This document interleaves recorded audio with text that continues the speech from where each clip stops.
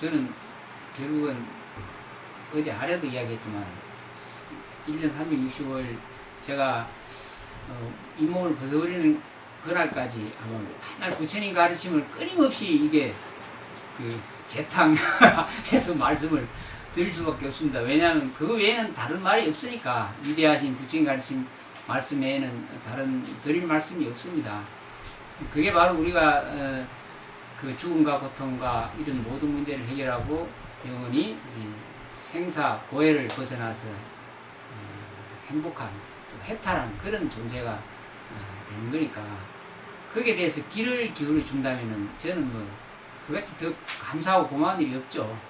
근데 이제 세상살이 바쁘다 보니까 귀를 못 기울이죠.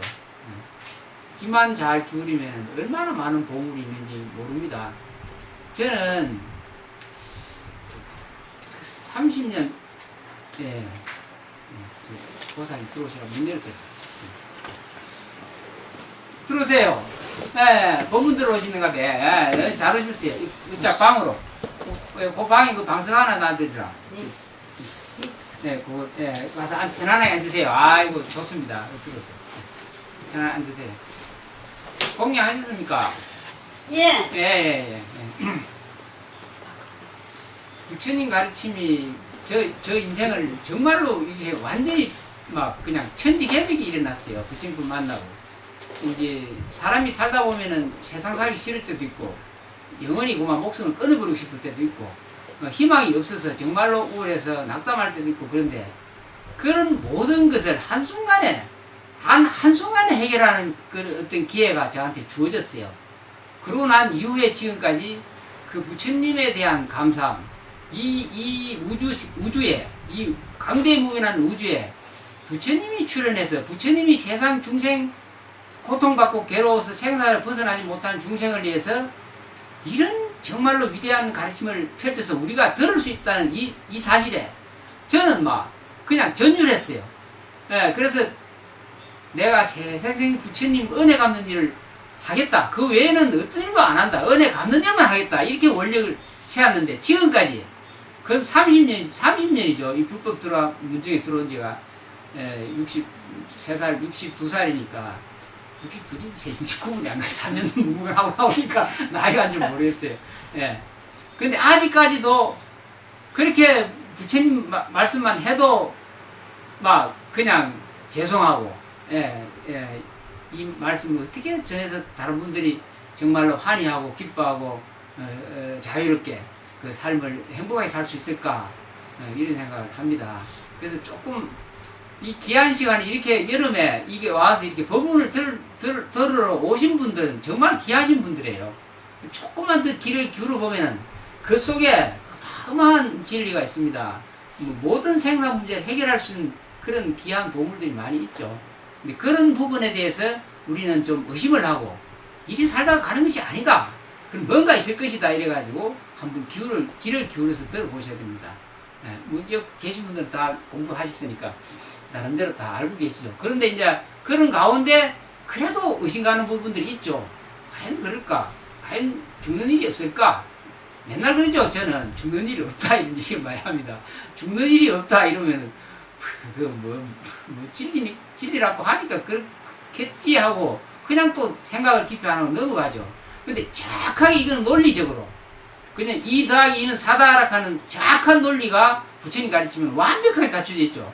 근데 그런 논리를 완벽하게 자기가 이해한다면은 부처님에 대한 믿음이 강하지만은 그걸 이해를 안 하려고 그러죠, 그냥. 그런 일은 있을 수가 없어. 하든지, 아예 생각을 안 하든지. 그건 불가능해. 사람 마음 편하게 해주려고 하지. 이런 식으로 그만 탁 덮어버리죠. 그래서 너무나 소중한 기회를 놓치는 경우가 있죠. 근데 이 몸 받고 이 세상에 태어나서 100년 안에 살아가는 동안에 부처님 진리 가르침 개송 하나라도 가슴에 담아서 사유하고 판단하고 그것을 내 것으로 만든다면 그거 참 행운이죠. 근데 그걸 내 것으로 안 만들고 세상에 후동세월을 보낸다면 참 슬픈 일이죠. 기약이 없고 영원히 이 존재계의 모든 존재는 의식이 높고 낮은 것 따라가지고 형상화된 것이거든요. 모든 물질도 그렇죠. 의식이 높아지면은 고등 차원, 높은 차원의 존재가 되고 의식이 낮으면 점차 떨어져가지고 암흑으로 가죠, 암흑. 예. 근데 이제, 이런 암흑에서 좀 높은 물질에서 좀 높으면은 무정, 또 동물, 식물에서 동물, 이래 해가지고 의식이 차원이 높으면 붓다가 되는 거죠. 우주에서 가장 꼽혀나는 붓다 의식, 그러죠. 최고의 높은 의식. 부처님, 그러죠. 예. 그렇게 우리가 변해가야 됩니다. 예. 의식이 떨어지면은, 이제 의식이 떨어지면 떨어진 것만큼 그게 필요로 하는 몸을 자기가 찾거든요. 예. 우리 이 몸을 갖고 죽으면은, 그 다음에 태어나는 몸은 내가 이 세상에 살았을 때 존재했던, 늘 썼던 의식. 예. 만약 어떤 사람은 사고가 동물적인 사고를 늘 갖고 있었다. 그럼 다음 생에는 동물 몸을 받지 인간 몸을 못 받는 거죠. 또 어떤 사람은 이 동물적인 사유가 아니고 끊임없이 우울해서, 자기 집에서 틀어박혀가지고 아무 생각 안 하고, 보통 보면 무기에 빠졌다. 생각을 일으키지 않고 아무 일도 하지 않고 꼼짝하고 있다. 움직이기도 싫다. 이런 사유를 갖고 늘 그런데 즐기고 있으면 나중에 죽으면 어떻게 됩니까? 그런 것들은 움직이지 않는 존재, 돌이나, 이런 무정물이 되죠. 이렇게 무서운 일이 벌어지는데도, 예, 그 사유를 안 한다는 거예요. 예, 모든 물질이나 존재하는 모든 것은 우리 마음의 생각 따라 변하는 거거든요. 그렇죠? 생각 따라 변하죠. 예. 어떻게 의식화 되는 게 중요해요. 어떻게 높은 의식으로 올라가느냐. 그래서 올바르고 바르게 굉장히 차원 높은 순수한 그런 마음을 가진 자들이 붓다가 되고 해탈하고 자유를 누리죠. 무거운 거는 떨어지고 가벼운 거는 위로 올라가듯이. 예. 위로 올라가는 가벼운 거는 자유스럽죠. 무거우면 부자연스럽고. 의식이 해탈하는 거예요, 우리 의식이. 몸은 버리고 가는 거니까. 그럼 몸은 버리고 가는데 의식은 결국은 다음에 몸 받을 때 자기 수준에 맞는 걸 취하는 거예요, 또. 집착하죠. 지금도 그렇잖아요. 지금도 이 몸 갖고 살면서 뭘 집착하죠? 자기가 습관들이 있고 집착하죠. 술, 담배, 좋아하는 거, 음식, 좋아하는 거, 선호하는 거, 고기, 그렇죠?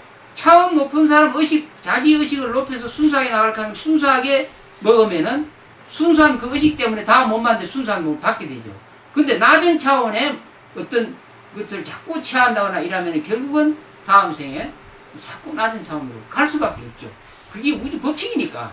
그리고 이런 법칙을 부처님이 가르쳐주고 생사를 해탈해서 영원한 자유와 끊임없는 존재가 되라. 내가 그거 가르쳐줄게. 근데 길을 안 기울이죠. 세상일이 너무 바빠가지고. 가장 소중한 걸 먼저 알고 세상일을 해야 되는데 소중한 건 버리고 아주 자기 가장 무지한 습관적으로 자기 인생을 망치죠. 이건 누구 잘못도 아니고 자기 잘못이죠. 그래서 자업자도 그러죠. 예, 옆에 부모 형제가 있어도 아무도 못 도와주죠. 자기 의식은. 자기 의식은 결국 자기가 갖고 가는 거죠. 누가 옆에서 도와줄 수가 없죠. 그래서 자기 의식을 높여라.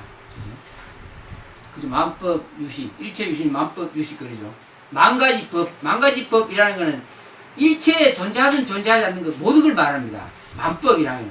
예. 우리 눈에 보이든지 보이지 않지, 있는 것이든지 없는 것이, 형상이 있든지 없든지 간에 그걸 전체 통틀어서 만법 그러죠. 만법 유식. 싹 다 알을 갖고 있다. 예. 알을 갖고 있는 존재인데도 불구하고 환경에 의해서 자기 알을 내려놓고 환경에서 인연으로 만나죠. 인연으로 이루어져가지고 인과응보가 돼가지고 끊임없이 의식이 높아지든지 떨어지든지. 거의 대부분 떨어지죠. 친구 잘못 만나가지고. 예. 그 낮은 의식이 그만 떨어지면서 자기도 모르게. 근데 이번 생에는 행복할 것 같아도 결국은 자기가 습관 들은 의식대로 다음 생에 몸을 받아야 되죠. 어제 아래도 설명을 했지만 99.999%, 99%도 아니고 99.99%가 인간 몸 못 받는 거죠. 통계적으로 따지면 다음 생에 지금 살고 있는 이 인간 몸을 가지고 다음 생에 인간 이상의 몸을 받을 수가 없는 거죠. 99.999입니다. 어제 아래인가 그러죠. 내가 이야기를 하니까 수천에 오신 분이 그러죠. 그럼 나는 저생에 과거생에 나는 뭔가 선한 일을 했기 때문에 지금 사람은 받지 않았습니까? 이런 말을 하거든요. 실제로 그렇죠. 근데 이제 가만히 사유를 깊이 해보셔야 돼요. 간단하게 할 게 아니고 깊이 해보고. 우쭐할 게 아니고 지금 인간몸 지금 받고 있잖아요. 나는 대단한 일을 했기 때문에 인간몸 받았는데 받았지 않습니까? 이런 질문을 어제 했어요. 순천에서 오신 분이. 근데 99.9%가 인간몸 못 받는다 하는데 99.9%에서 0.001%가 지금 1%로 왔다는 거예요. 그럼 나머지 99.9%는 인간몸 받을 수 없는 자격인 거죠. 근데 수천 수만 생을 살아오면서 어느 순간에 굉장히 인간몸 받을 수 있는 복을 지은 어느 생이 한 생 있었다는 거예요. 그러면 그런 한 생 때문에 지금 귀한 인간몸을 받았는데 다음 생 기약이 없죠. 왜냐하면은 한번 사유를 해보시면은 태어나가지고 지금까지 50년, 60년, 뭐 30년, 젊은 사람 30년, 40년 벌써 이 살았는데 돌이켜보면은 100가지 일 중에 진짜로 부처님이 니 참 착한 일 했다 이 고개 이렇게 쓰다듬어 줄 만한 일이 얼마나 될까요? 사유를 해보면 예, 내 살라고 발버둥 치고 내 욕심갖고 내 먹고 살라고 한 일은 거의 인생의 다지. 예, 정말로 생명 하나 다른 생명 하나 발로 밟아 죽이고 뭐 해쳐서 죽인 건 수도 세할 수가 없죠. 근데 내가 과연 어느 생명 하나라도 살린 일이 있을까? 이렇게 사유를 해보면은 99.9%는 예, 인과 의무가 분명하기 때문에 다들 받기가 어렵다는 거예요. 그래서 부처님이 그러죠. 인간몸 받기가 너무너무 어렵고 귀한데 지금 받았다고 예사로 생각하지 마라. 수천 수만 생을 윤회하면서 어느 한 생에 정말로 인간몸 받을 만한 귀한 복을 지은 것 때문에 지금 귀한 몸을 받았다. 이렇게 사유를 해야 되는데 내 지금 개판으로 사는데 이래도 내 인간몸 받고 이래 막 설치고 다니도 괜찮은데 무슨 그런 소리 하고 이러면 큰일 난다는 거죠. 그렇게 우리는 정말로 귀한 몸을 받았고 귀한 몸, 이 받은 몸을 가장 가치 있게 써야 되는데 자학을 안 한다는 거예요. 정말로 자학을 안 한다. 왜냐면 얼마나 인간 몸 받기 어렵다 하는 부처님이 이 본생경이가 써놨습니다. 이야기를 말씀을 해놨죠. 근데 그걸 완벽하게 논리적으로 설명해놨죠. 조금 이해가 가시죠? 제가 조금 전에 말씀드린 거. 이게 가셔야 된다. 이거 이해 가셔야 공부를 하려고 그러고 내가 다음 생에는 인간몸 받기 위해서 최소한 인간몸 받고 날짜마다 복 나누고 잘 살겠다. 이렇게 공부를 하죠. 그렇게 이해를 하시면 됩니다. 예. 뭐 드릴 말씀이 많긴 한데 질문을 하시면은 제가 말하기가 좋습니다. 대충 그렇게 의식을 높이면서 공부하셔야 됩니다. 이게 이제 그 사막도를 면하는 것이 제일 먼저 해야 될 공부다. 일일 기도문 매일 하시는 분 손 한번 들어보세요. 누가? 많이 드시네. 소양이는 가끔가다 하지. 왜 이야기는 일일 기도문을 왜 하라 그러냐면 지금 사막도를 면할 수 있는 유일한 그 기회가 일일 기도문이 있거든. 그 요만한 거 5분만 하면 다 읽을 수 있는 건데 그 속에 악도를 면하는 그 길이 있다. 그래서 그걸 하락하는 기라. 너무 중요하죠, 그 내용. 하시는 분이 있어요. 꾸준히. 국민학교 동창이 와가지고 3년 동안 기다렸다가 내가 뭔가 해야 하니까 그때 이제 만나서 자기 사업 좀 도와달라고 이야기하려고 딱 하는데 내가 했던 묻는 말이 내 문관 들어가기 전에 일일 기도문 하라는데 했나 하니까 뭐 차에 좀 넣어놨다 몇 분 하다가 뭐 희지부지 끝났다. 그래 회사가 돌아가겠습니까? 안 되죠.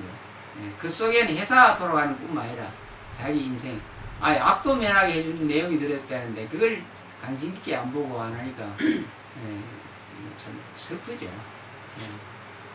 공부하실 분들은 다 자기 일이니까 내가 잘 되려고 하는 게 아니고 그렇게 귀한 부처님 가르침이 있으니까 공부를 잘 좀 지어 나가시라.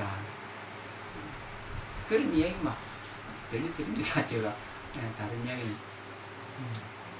근데 이들 기도문에 보살때의 삶을 살겠습니다. 그게 있는데 네. 보살때의 삶이라는 보살때. 이제 그런 공부를 보시면 돼요.